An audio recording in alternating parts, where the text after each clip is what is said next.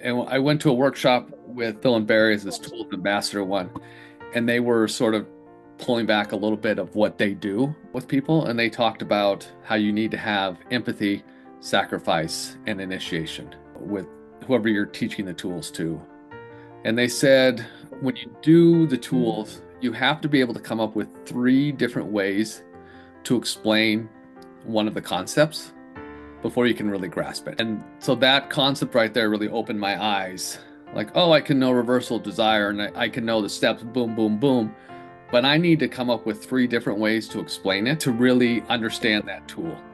And so that's given me the freedom to explore and to see how different ideas come together and then come up with different ways to teach them to people or get them to use them. Initiation in the tools world kind of has 2 different meanings. One would be like in a ritualistic initiation into something. But in this case, it's really like what for them is causing them not to initiate. Is it they have some psychological pain? Is there some pain with it? Is it that there's some uncertainty? Like there's some doubt? Or is it just that they're out of practice and that's just not who they are? Or maybe it's someone they were and they no longer are. And so in that case, you're looking at pain, uncertainty, and then the constant work. You're looking to evaluate which one of those you're losing power to. So if you have someone that wants to date someone, they need to start putting themselves out there. They can't just hope that someone's going to come to their door or they're going to run into them at the grocery store and someone else is going to make that initiation. They actually have to take that step and that risk. And that's really what those domains of power are. It's really how much force you can have moving forward. So if you are stopped by pain, psychological or physical pain, you need to sort of break through that and have your power.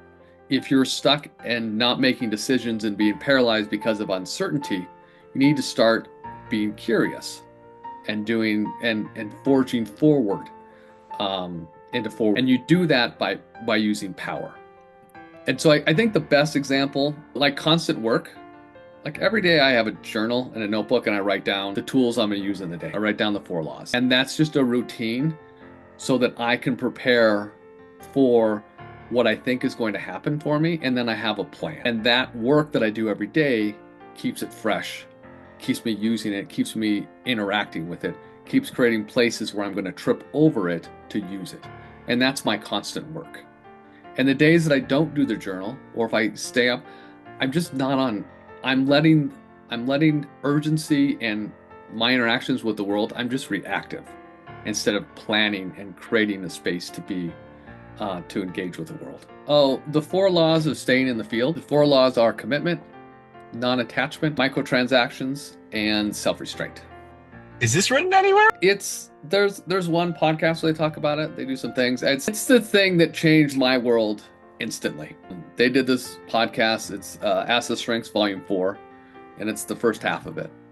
And they just go over the 4 laws. And I sat down, like I listened to that, and I was like, oh my gosh, I need to do this.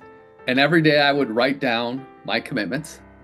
I would write down the tools that I would use when I become attached to things. I would write down my microtransaction, and that was a power phrase that I developed. And then I did self-restraint, and I would pick up 1 or 2 things that were very small that I needed to work on.